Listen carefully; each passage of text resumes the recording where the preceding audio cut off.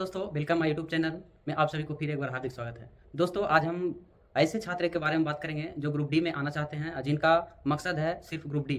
तो दोस्तों उसके लिए हम कंप्लीट स्ट्रेटेजी आज बताएंगे। जो बिगिनर हैं वही कंपटीशन में आए हैं, ग्रुप डी का फॉर्म फिल कर दिए हैं और उनके लिए काफ़ी हेल्पफुल होगा कैसे हमको सिलेबस कंप्लीट करना है, क्या पढ़ना होता है। ये मैं अपना एक्सपीरियंस बेस से बताऊँगा ताकि हमने कैसे पढ़ाई किया था। सिलेबस का बारे में आपका नॉलेज होना ज़रूरी है, सिलेबस के बारे में जानकारी होना बहुत ज़रूरी है। तो दोस्तों ग्रुप डी में सिलेक्शन लेने के लिए आपका 3 सिलेबस मुख्य रोल है, ठीक है? वो काफ़ी इंपॉर्टेंट है जिसको आप इग्नोर नहीं कर सकते हैं, उसके बगैर आपको सिलेक्शन नहीं हो सकता है, ठीक है? तो आपका वो सिलेबस कैसे कंप्लीट होगा इसके बारे में हम बात करेंगे। आपको धैर्य रखना है, सिलेबस कंप्लीट करने के लिए आपको टाइम देना है क्योंकि आप नए-नए अभी आए हैं, तो आप टाइम दीजिए, कुछ टाइम के बाद आपका सब अच्छा हो जाएगा। तो दोस्तों आपका ग्रुप डी में सिलेक्शन लेने के लिए सबसे पहले है आपका मैथ, रीजनिंग और साइंस। ये 3 चीज़ काफ़ी इंपॉर्टेंट है ग्रुप डी में सिलेक्शन लेने के लिए।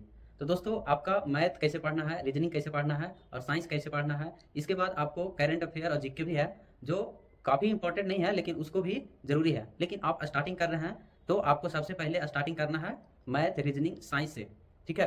काफ़ी क्योंकि इसका मार्क्स आपका ग्रुप डी में लगभग 80 नंबर तक का आपका यहाँ से पूछा जाएगा 3 पोर्शन से। इसलिए आपका 80% तक पहले आपको क्लियर करना है। चलिए हम बात करेंगे मैथ। तो आपको क्या करना है, मैथ और रीजनिंग के लिए सबसे पहले ऑफलाइन या ऑनलाइन कंप्लीट बैच करना है, ठीक है? कंप्लीट सिलेबस आपको पहले करना है, चाहे ऑफलाइन हो या ऑनलाइन हो। सबसे पहले आपको मैथ और रीजनिंग कंप्लीट करना है, ऑफलाइन हो या ऑनलाइन हो।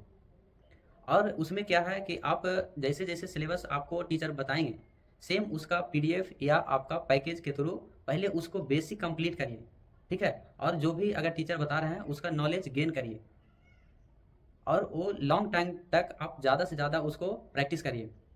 और साथ में मैथ के लिए आप एक बुक भी साथ साथ में फॉलो करिए। जो भी चैप्टर आपको आगे पढ़ाया जा रहा है उसके पीछे आपका बुक से भी बनाते जाना है, ठीक है? यहाँ पे आप कोई भी बुक या मैथ का ले सकते हैं, चाहे आर एस अग्रवाल को आप फॉलो करिए। आर एस अग्रवाल जैसे जैसे आपको टीचर सिलेबस कंप्लीट करता है आप बुक से भी आप अपना टॉपिक को कंप्लीट करते जाइए। उसी प्रकार से आपको रीजनिंग के करना है।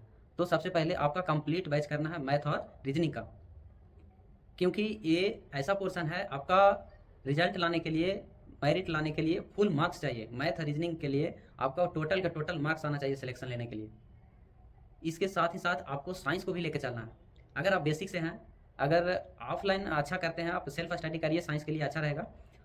तो सबसे पहले आप फॉलो करिए बेसिक कंप्लीट करने के लिए एस के झा सर का आप एक साइंस है सामान्य विज्ञान, उसको फॉलो करिए। आपको उसको मिनिमम 3 से 4 बार पढ़ना है, ठीक है? मिनिमम आपको 3 से 4 बार साइंस को फॉलो करना है, पढ़ते जाना है। और उसके बाद आपको क्या करना है, इसके झा सर का साइंस से आपका बेसिक मजबूत होगा, ठीक है? साइंस में इससे आप बेसिक मजबूत कर सकते हैं। लगभग आपको 60 टॉपिक मिलेगा, बायोलॉजी, फिजिक्स, केमिस्ट्री तीनों मिला के आपको लगभग 60 टॉपिक है। तो अगर एक दिन में आप दो दो टॉपिक कंप्लीट करते हैं तो लगभग आपको 1 मंथ में एक बार आप साइंस को कंप्लीट कर सकते हैं, पढ़ सकते हैं। तो फर्स्ट में आपको क्या करना है कि हर एक चैप्टर को पढ़ते जाना है बस। फिर सेकंड टाइम आप उसी को पढ़ते जाइएगा, थर्ड टाइम उसी को पढ़ते जाइएगा। आपको कोई क्वेश्चन आपको इंपॉर्टेंट लगे उसको आप मार्किंग भी करते जाना है।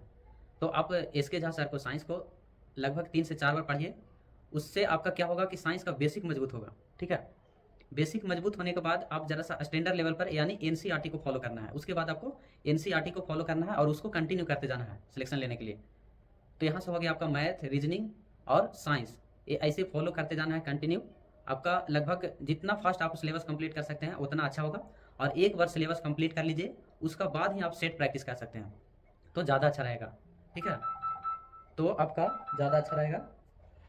सबसे पहले आपका सिलेबस कंप्लीट होगा, उसके बाद ही आप सेट प्रैक्टिस पे जाइए तो ज़्यादा बेहतर होगा।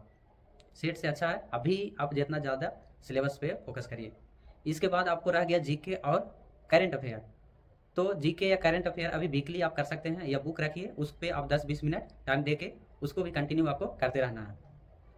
तो दोस्तों अगर आपको सिलेक्शन लेना है तो ये आपका करना होगा, इसमें कोई शॉर्टकट नहीं है और कोई इसका ट्रिक भी नहीं होगा सिलेक्शन के लिए।